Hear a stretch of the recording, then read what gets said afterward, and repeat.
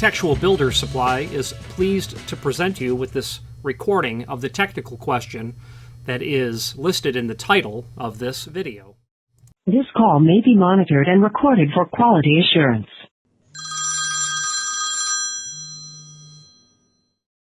AB Supply, this is Richard. Hey, it's Jessica. Hi. How Hello. are you today? Yourself? I'm doing all right. Thank you for asking. So I'm looking at this 232412 that I gained from chat now, and I realized I could probably just send those photos to Sargent to identify the lock sets and tell him what the client wants to do and get that information and send it to the client. Oh. And do the same for the 820010. Okay, so let me absorb this. Client supplied photos which you've uploaded. So let's look at photo lock set. So he's got a mortise lock, a mortise passage most likely. So let's take a look. Okay, 232412. Let's take a look. Okay, so the client wants to add an electric strike to this opening. Let's look at the photographs.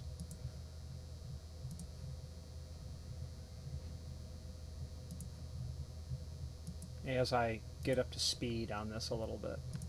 Okay, so client needs an 82-0010 and is looking for a compatible 12-volt electric strike. They are installing access control, and the hardware is this Sargent door system. They also need to change the doorknobs where it will remain locked from the outside, but will allow egress from the inside. They do not have dimensions and would need to go back to the job site to get if needed. If you can kindly let blah, blah, blah, blah, blah, blah, blah. So, looking at the photographs, the bottom line is it's a standard strike in the sense of it would be really nice to know the lip length from the center of the holes to the edge of the lip, but I'm going to assume the standard lip length of about 1.25 inches is fine. They obviously have a lever trim. You set it with Sargent. We can see that it says Sargent here. Even it doesn't really say Sargent, but it says 78. That might say Sargent. It says 7882. What that means is Sargent has two series of mortise locks. The only difference between the 78 and the 82 is this. We know this is an 82 because it's levers. A 7800 series would be knobs, and the difference is the springs that are in here to help keep the levers horizontal. What I like about Sargent is the inserted nylon in the latch. It helps deaden the sound of the metal hitting the metal. Now, yeah, so the bottom line is what the client wants to do is turn this into access control. So easy peasy. All you need to do is sell him an electric strike, and you need to sell him a new mortise cassette body and a cylinder for the outside. So you'll need a storeroom function mortise cassette, and if we pull that up, when we go to Sargent in our website, I don't know that their price list provides only the mortise cassettes and those part numbers. It possibly does. But that would be like an 8204 maybe. I don't have Sargent stuff memorized really well, but I was right. Of course I was. All kidding aside, yeah, it's an 8204 is the function. So in the price list, you're definitely going to find 8204. And based on the image, that looks like it's a it looks like it's an L lever, if I was going to guess. Let's see if we can find it. LN. Oh, it might be a B lever, an LNB. So the rose is LN, then the lever appears to be a B lever.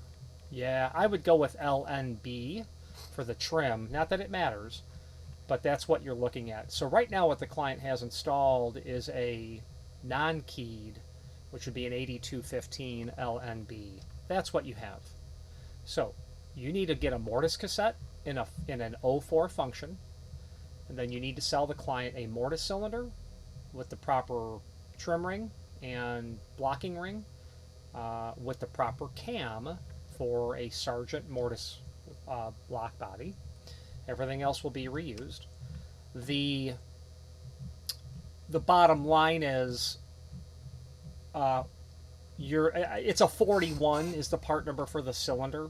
I don't know the part number for the proper cam. That is likely going to be in the Sargent full line catalog. And I would not be offering all these part numbers. I would just be using plain language. You've done all the research. No sense losing the order to the Amazons of the world. Okay. So in the Sargent catalog, when I get to the cylinders, it's probably going to be a 41. That's an 1 1/8" mortise cylinder. The cam is standard cam, open slotted, provide on all 40. Hold on. I would verify with Sargent that the cam you need is a 13-0664. So it's going to be a 41 by 13-0664. Verify that that's the right cam, assuming he wants conventional cylinder and not interchangeable core. Then you're going to need, that's an 1 1/8", so you're really going to need, for sure a 1/4 inch blocking ring.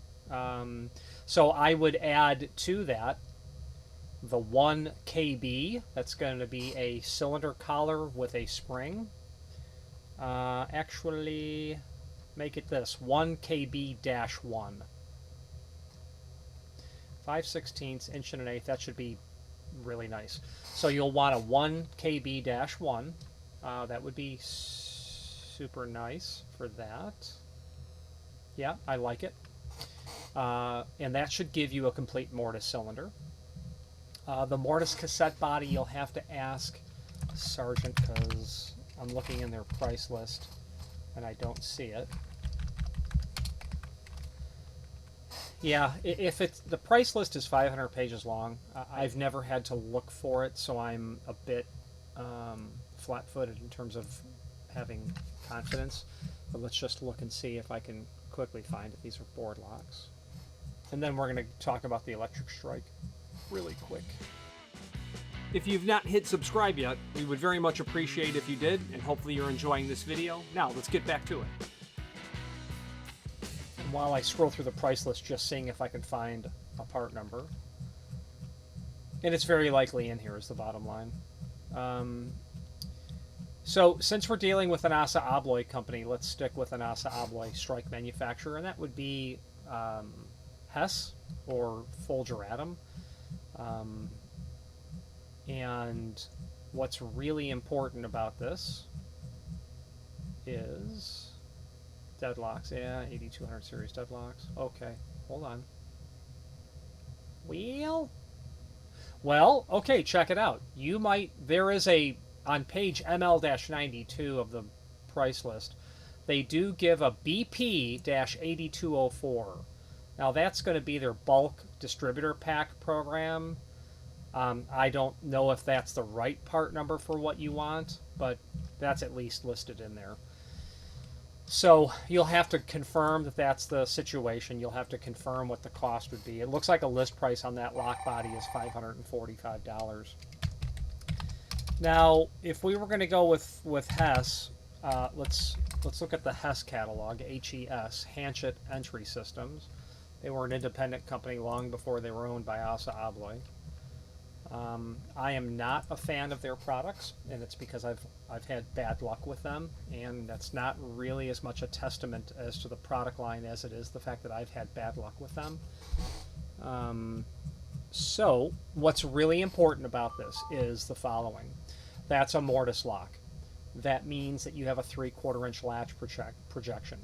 When it comes to electric strikes, you have to be absolutely sure that the depth of the keeper will accommodate the projection of the latch.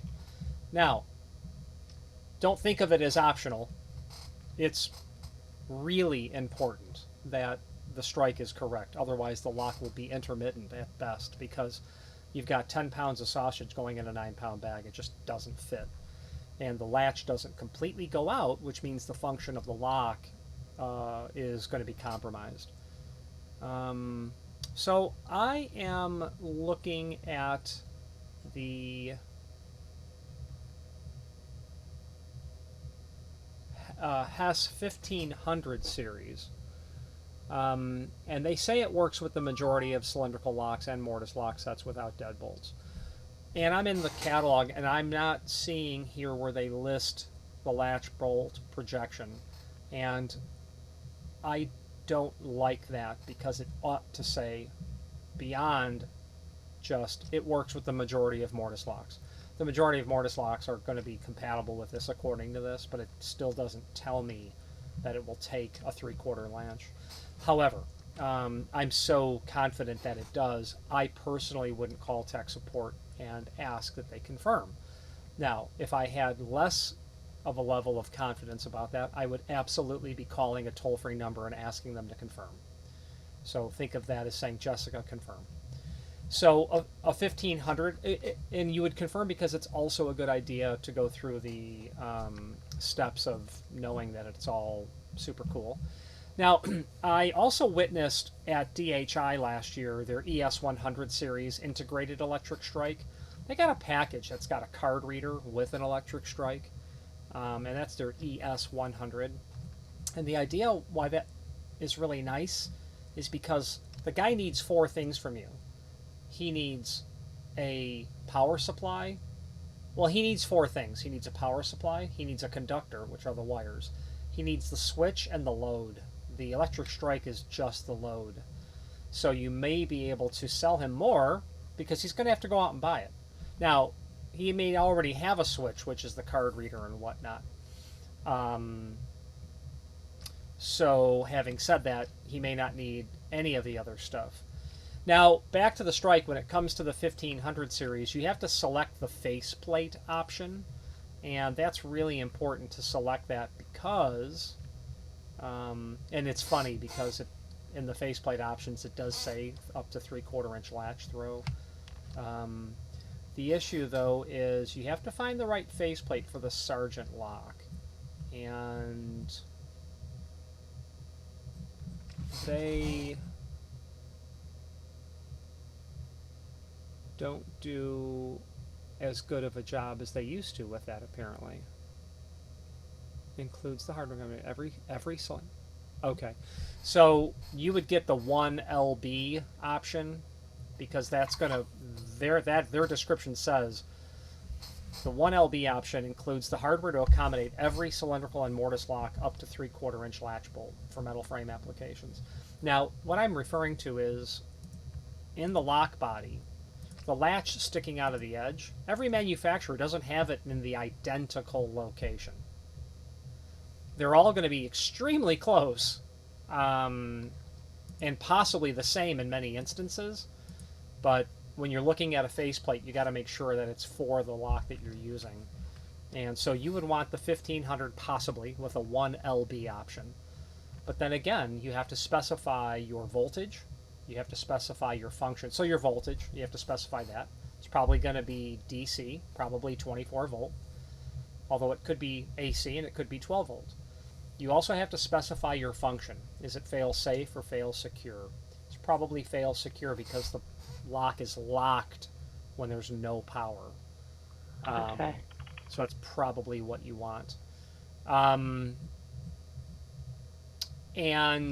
in the world of electric strikes, you could keep digging. I personally like Von Duprin because I've had nothing but perfect luck with them. They're extremely expensive. They are all but indestructible. Fulgeratum is an ASA company. I like them as well. Super expensive, all but indestructible. Hess is going to be more. Hess is going to work really well when it comes to something that will be a little less expensive. But now you've got everything you need to do this. Obviously, when you are adding access control, what do you probably also need to add that he's not asked for? Probably a door closer.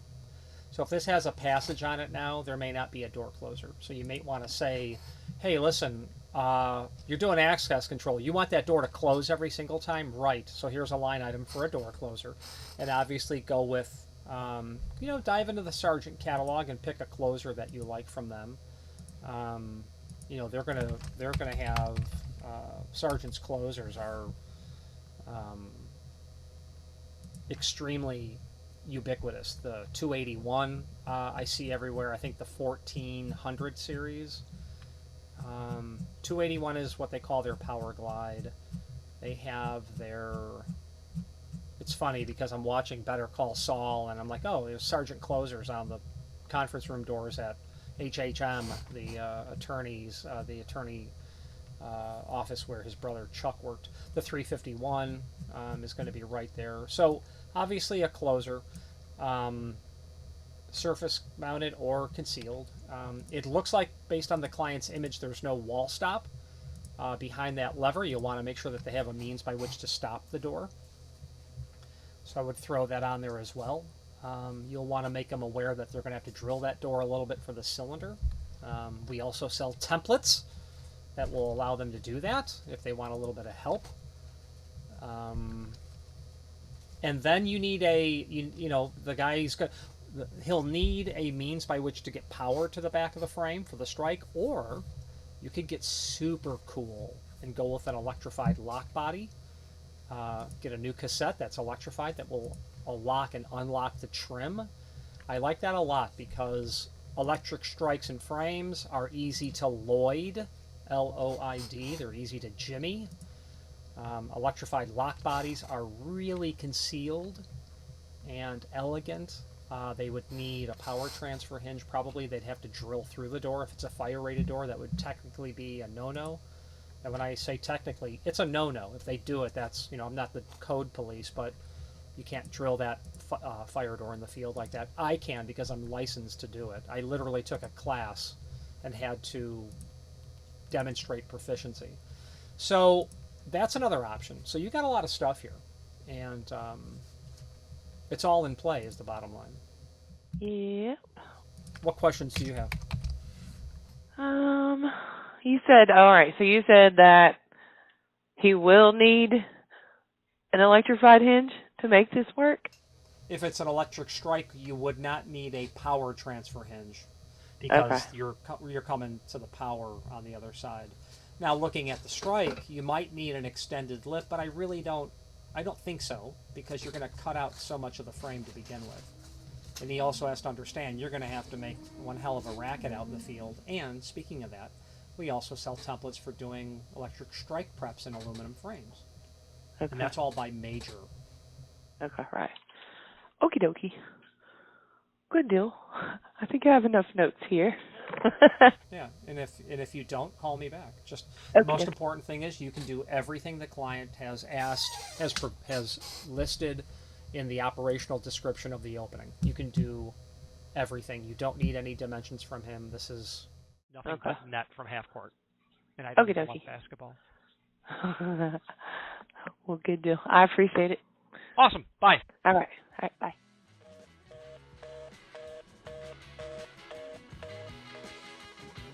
Architectural Builders Supply hopes you have enjoyed this program. Please click thumbs up, please subscribe, and maybe even send the video to someone that you know. Thank you.